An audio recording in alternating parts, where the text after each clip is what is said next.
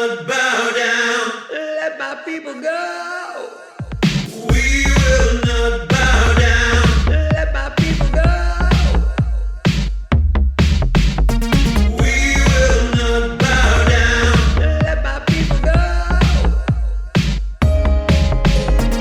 We will not bow down. Let my people go. We will not bow down. Hello and welcome to episode 60 of the Croydon Constitutionalist podcast, bringing classical liberalism to South London and beyond via our YouTube channel and wherever you get your podcasts. My name is Dan Heaton and my partner in podcasting today is Mike Swaddling, the co-founder of the Croydon Constitutionalists. Mike, how are you doing and what have we got to talk about today? Yeah, good, Dan. I do fear the sword of Damocles of another lockdown hanging over us, but otherwise, yeah, the world is good. What we're going to talk about, though, of course. So first off, the tragic murder of Sir David Amess MP. We'll talk briefly about that, I think. The DEMOC Referendum in Croydon that obviously we've had some involvement with, and we'll talk about that. Reform UK and some developments in the party that I think are pretty positive.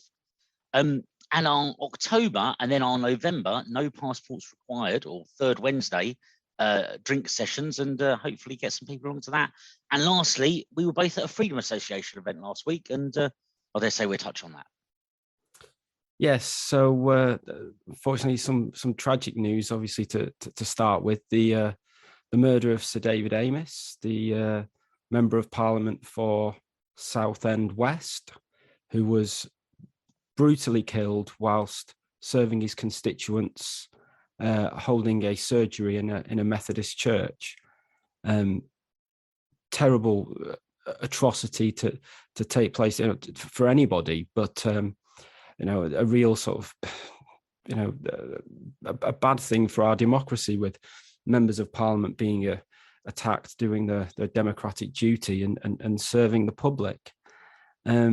David was a big supporter of Brexit, and he was an MP from 1983, originally for Basildon and then later for Southend West. Mike, tragic situation.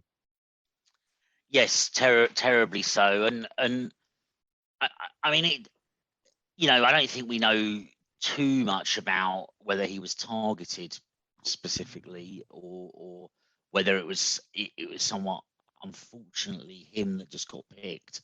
Although clearly, I think an MP was targeted. It's such a pity that it's attacking MPs at the point they engage most with the public, and that's the thing that's most precious, and we probably most want to keep. The closer MPs are to us, and the more they feel part of the community, the better. We've seen through Brexit that MPs don't necessarily like to mingle too much or agree with the majority of people in the country, and that's a bad thing. And anything that widens that divide is a very bad thing. And we just hope that one of the upshots of this is not an end to surgeries and an end to MPs being very much part of their local communities. Indeed. We'll perhaps talk about some of the MPs' reactions to this shortly. But yes, Ali Habir Ali, a British citizen of Somali descent who lives in North London, has been charged with the murder.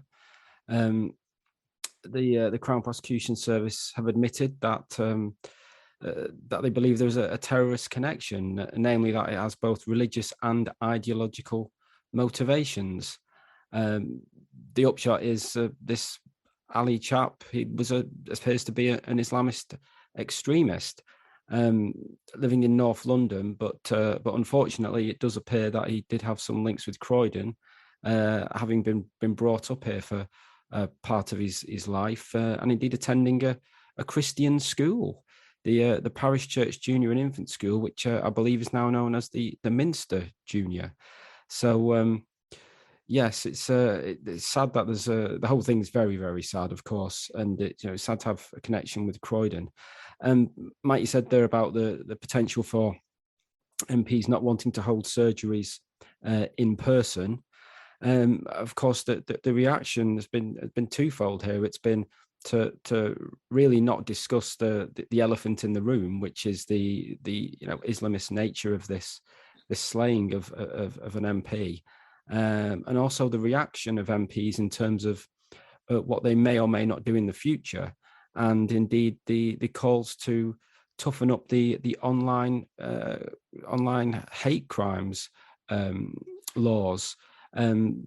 Seemingly they believe that toughening up on what people say on the internet or on social media is going to make a difference to these things. I don't see how it will.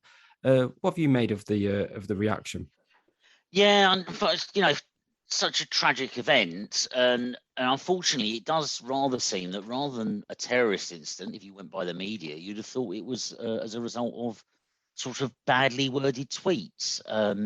It's just, I don't know what the answer is to these so-called lone wolf Islamist terrorists. I wish I could give some insight to what you would do about it, but I'm pretty confident the thing to do isn't restrict free speech further of other people.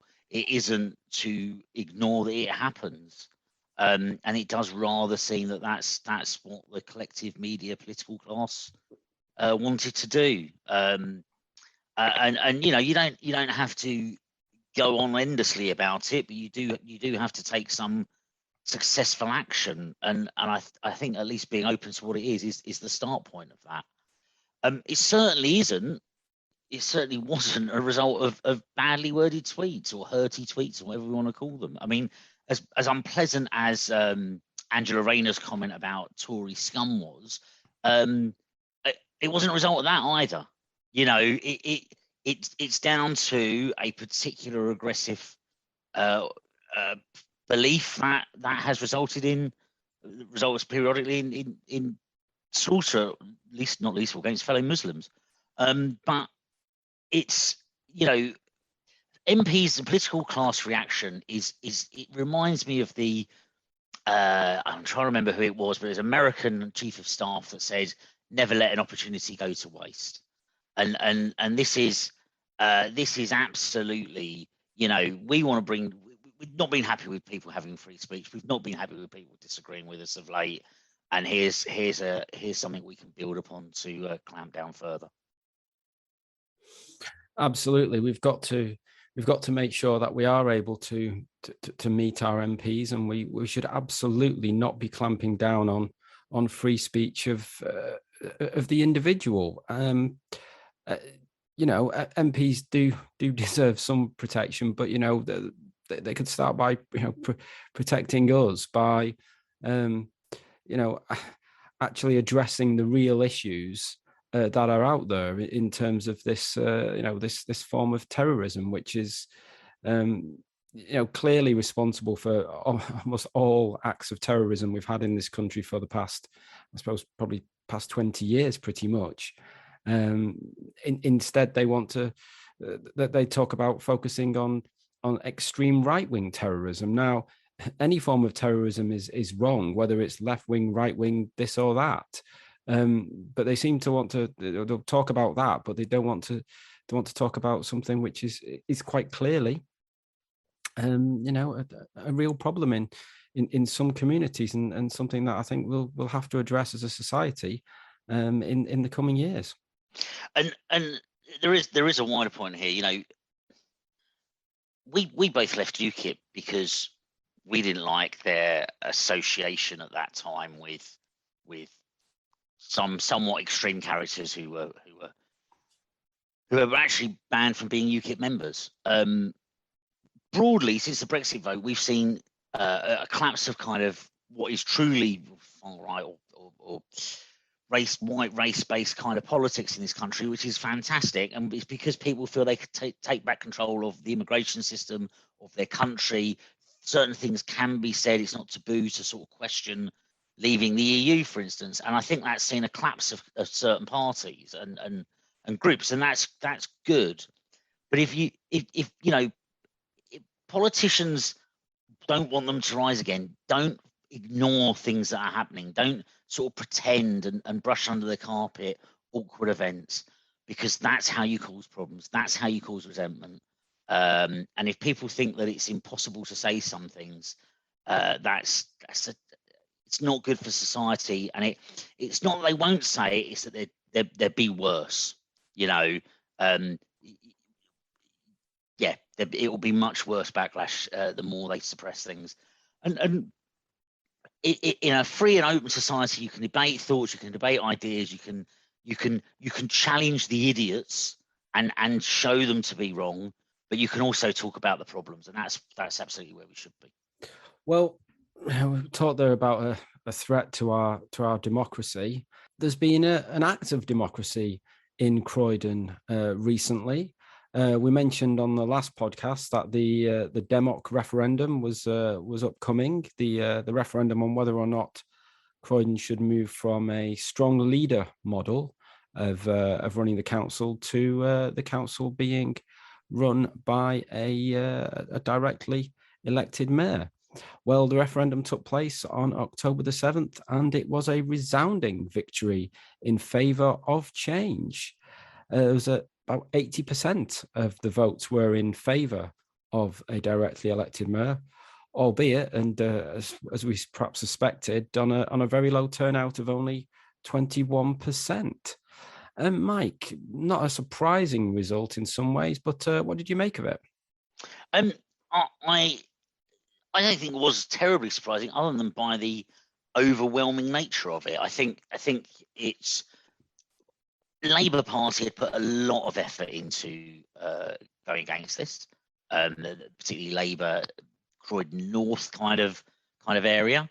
Steve Reed was popping up on my Facebook timeline with video blogs about why this is such a terrible idea to have an elected mayor. I say there's seems to be a lot of adverts. I think there's probably quite a large spend on that. Of course, they were never going to win. These idiots have bankrupted our borough. They were never going to win and not change the model.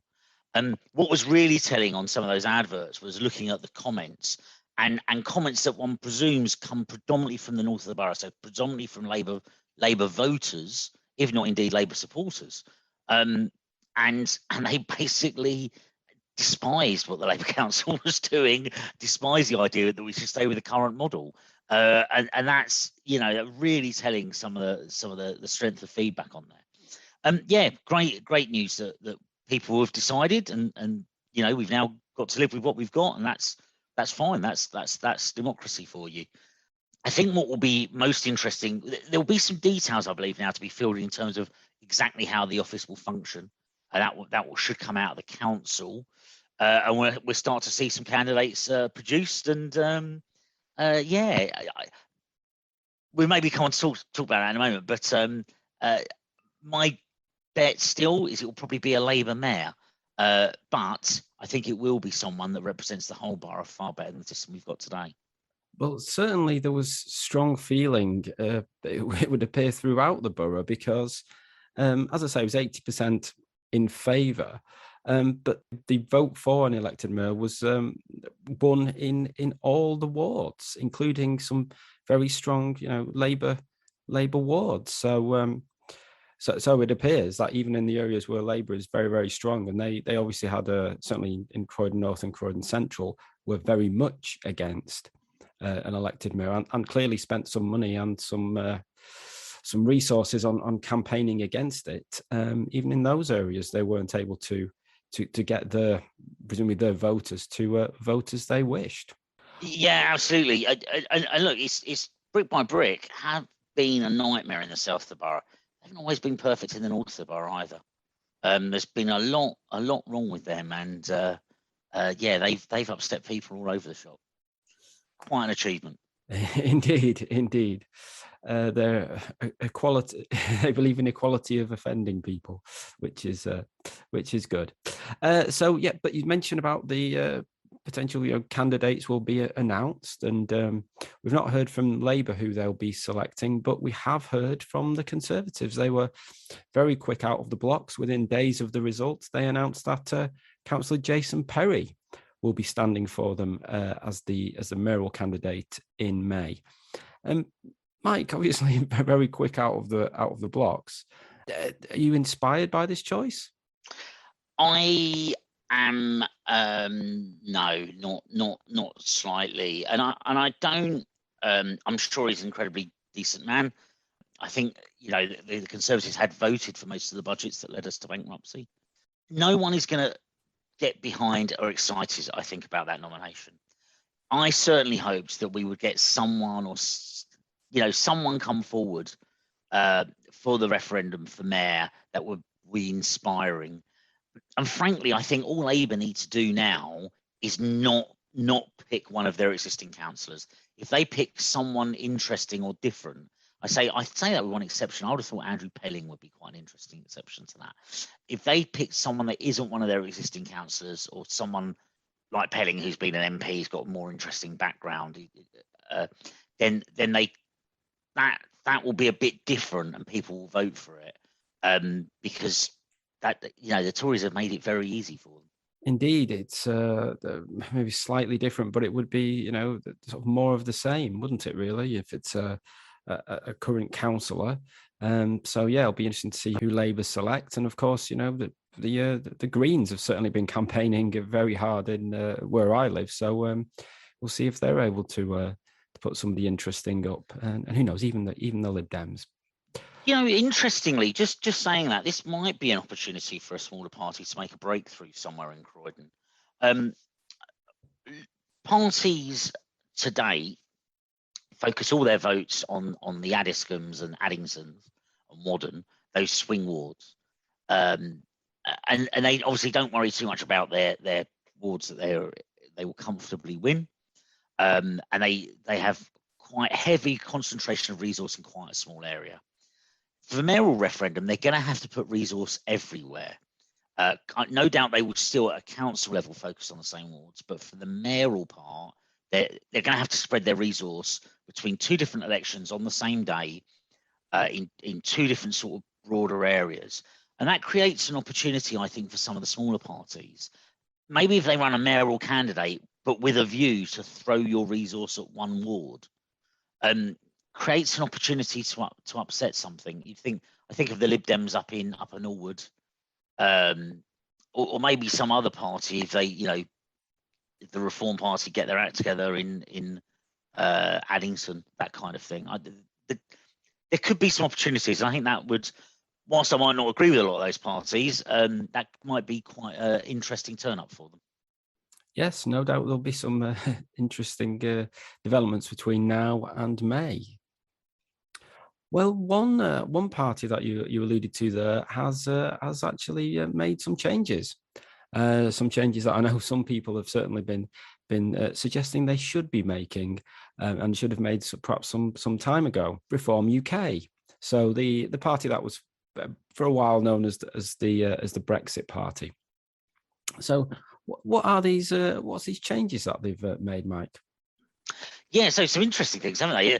First of all, they've announced that they are about to become a membership organisation. So before, you could be a supporter of Reform, but not a member of Reform, and that is changing so that their particular type of supporter becomes members. So and really open to all of us. I know they are looking for council candidates. So we, as someone that had been a supporter, or they're not the category that makes me a member, or more perhaps I've got their emails, might be a better way of putting it. Looked at Croydon council candidates, or London wide. So we've had an email about that. All people on that email list. That's interesting and good to see. It'd be great if they can get some candidates up. We need it. We need to shake things up. We need to put some challenge into the main parties. I know other smaller parties are looking to do the same thing, although I've not seen any real follow through of evidence of that from them yet. And there's, of course, the question is, what we don't know is how that will be structured. So, we have some experience of running in local elections, and you were the branch chairman. We had a committee. We had a campaign team. We came up with a local manifesto. And we had wards we targeted. All of those things needs a local structure to happen. And I've no idea. There's been a real reluctance in reform to do that so far. It will be interesting to see whether they do it in the future. Certainly, my experience with them, and it's my experience of the last few days on this already. I immediately reached out to someone and said, I'm not looking to run, but we have a local group in Croydon. We'd be happy to promote candidates, and as we have with the SDP, Heritage Party, with the CPA, with many other parties, if they come forward. And obviously, no one's come back to me now. Early days, but my experience with them before for a European election, when they were the Brexit Party, of delivering thousands and thousands of leaflets to my house a week before the election, suggests they might not be as well organised on the admin front as one would hope. No, I mean, obviously, time will tell. If they're becoming a membership organisation, members have right, don't they? They get to do things like vote for leaders, possibly, which of course is something that's never happened. Not happened so far, whatsoever. I believe they have some sort of regional structure, which is obviously, of course, off the back of the European regions, ironically, from when they were the Brexit Party and running in those European elections back in 2019.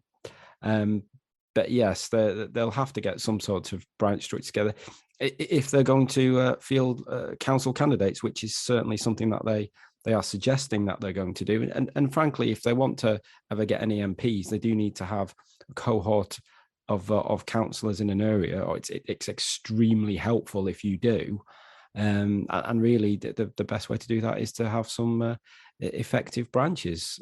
So we will see. But yes, I think a development that many people have been calling for, and it'll be interesting to see whether the membership, as it will now be, might actually go up. Obviously, the developments in politics generally might make people look for an alternative to the government, but I think sometimes people want some sort of a say, and certainly thus far there's been no option to really have your say, or to even particularly get involved with the Brexit Party, now Reform UK. So we'll see what happens with that. I think it's that second part. I perhaps this is my personal feeling rather than a broader feeling, but I think people can forgive not electing the leader. Frankly, as we've seen in a lot of smaller parties, when you do elect the leader and you don't have a obvious pool of talent that you've seen exercised to choose from, you can end up with some very, very odd results. But it's the opportunity to get involved. It's someone that organises the local drinks every other month. It's someone that organises the canvassing session or the street stall or the whatever it might be. It organises an AGM that people can turn up to. It's those things that are absolutely needed for a small party to grow and get activity going, and none of which necessarily involve you electing the leader or the top brass or even having much say in policy. And I can understand why there might be a reluctance at the centre to give too much away too soon. But it's like you say, that local stuff, and of course it spreads the admin burden. It means things happen so much more effectively if they can get that done. So yeah, it'd be interesting to see what they do on that front. Well, Mike, you mentioned organising drinks. Well, that moves us very nicely onto our recent event that we held at the Milan Bar in Croydon. Yes, we had a no passports required, as we're calling them, drinks, and it's part of the third Wednesday Libertarian Drinks Club from Dick Denningpole, who was a previous podcast guest. They now run a number of drinks up and down the country, and we're hoping to make them a regular event in Croydon every third Wednesday when we can. Get people out for a drink and talk about freedom, liberty, those kind of things. So yeah, a great night at the Milan Bar. Great to meet up with a lot of people we haven't seen for a while. Obviously, having been in lockdown, haven't been able to get out and meet so many people. So that was really good. And we're hoping next, leading us on to the next one, which is on Wednesday, the 17th of November at the George this time in Croydon. So we're doing a run of the Wetherspoons bars in central Croydon by the looks of it. But yeah, this time Wednesday, the 17th of November at the George. Looking forward to doing it again. Yes, it was a great evening, as you say. It was good to catch up with some people that we haven't seen for since before the original lockdown. And yeah, really looking forward to the next event on Wednesday, the 17th of November. I think from 7 p.m. in the George. So anybody who fancies coming along, you'll be more than welcome. Well, Mike, we attended an event in central London very recently, a reception being held by the Freedom Association. It was good to catch up with some old friends and make some new ones. The first in-person event that they've been able to hold since the original lockdown. I don't know if you've ever been to a Freedom Association event before. Mike, was it your first time? It absolutely was my first time, yes. At the Barley Mow, where we've been to a few events from different organisations, but yeah, the first one for them, and yeah, really enjoyable evening, and good to meet up with people with similar beliefs of freedom. And another classical liberal organisation, maybe a little bit more famous than ours, but you know, good to see those words up in lights.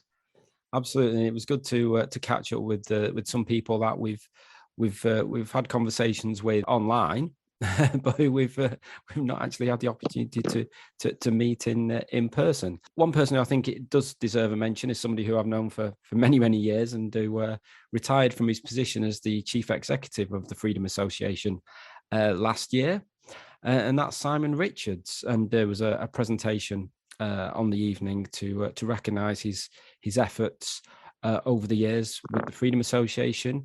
More widely, but in particular, he was involved in the Better Off Out campaign for many years. That campaign obviously ultimately successfully for us to leave the European Union. So yeah, it was good to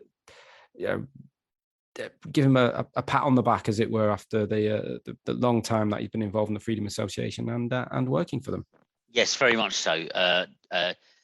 You know, you can't do that sort of event virtually. There's just not the same thing. It was going around having a chat, catching up, particularly for you, meeting people you hadn't seen for some years, and a really nice, heartfelt presentation to Simon. All these things, it never happens via a Zoom call, and it does show how much we've lost the past couple of years. Absolutely. So, Mike, we've got some things on our website and some things to keep people busy. We absolutely have. Well, firstly, to keep busy is get along to our drink. So, just a reminder there, we can get out, come along on the 17th of November at the George from 7 p.m. For our no passport required drinks. We look forward to seeing many of you there. But if you fancy sitting in and watching something, the Independence for Liberty organisation, Independence for Liberty, ran their annual conference, their first annual conference back in September, and they had a number of speakers at it, not least of whom is yours truly. Actually, that's true. Probably least of whom is yours truly, but they had me speaking there. The website's up on the video. You do need Facebook to access it. Yeah, worth a look, worth a review of that. Have a read. But also, from myself, part of the Coulson and Purley Debating Society, they had a debate recently on lockdown, with the motion being lockdown did more harm than good. I proposed the motion, and one of my colleagues there opposed it. I have to say it's a good-natured, friendly society. It is there for debating. It's the idea that you might take up positions you don't agree. I have to say I fully agree that lockdowns have done more harm than good. And my speech is up online, talks through some of the problems of lockdown and really some of the terrible repercussions of it. So I'd like to think worth a read. Absolutely. Well, if you'd like to write for our website or have any stories you'd like us to cover, please do contact us. You can do so via the Twitter at Croydon Const, via our Facebook page, via our website, croydonconstitutionalist.uk, or via email, croydonconstitutionalist@gmail.com. Well, do please subscribe to the podcast and the pubcast, and indeed our YouTube channel. Do please like, share, and leave a review. It's always good to get feedback, and it helps others to find the podcast. like to thank you all for listening, and certainly hope to see as many of you as possible in the George at our next No Passports Required drinks. But until next time, it's goodbye from me. And it's goodbye from me. Goodbye.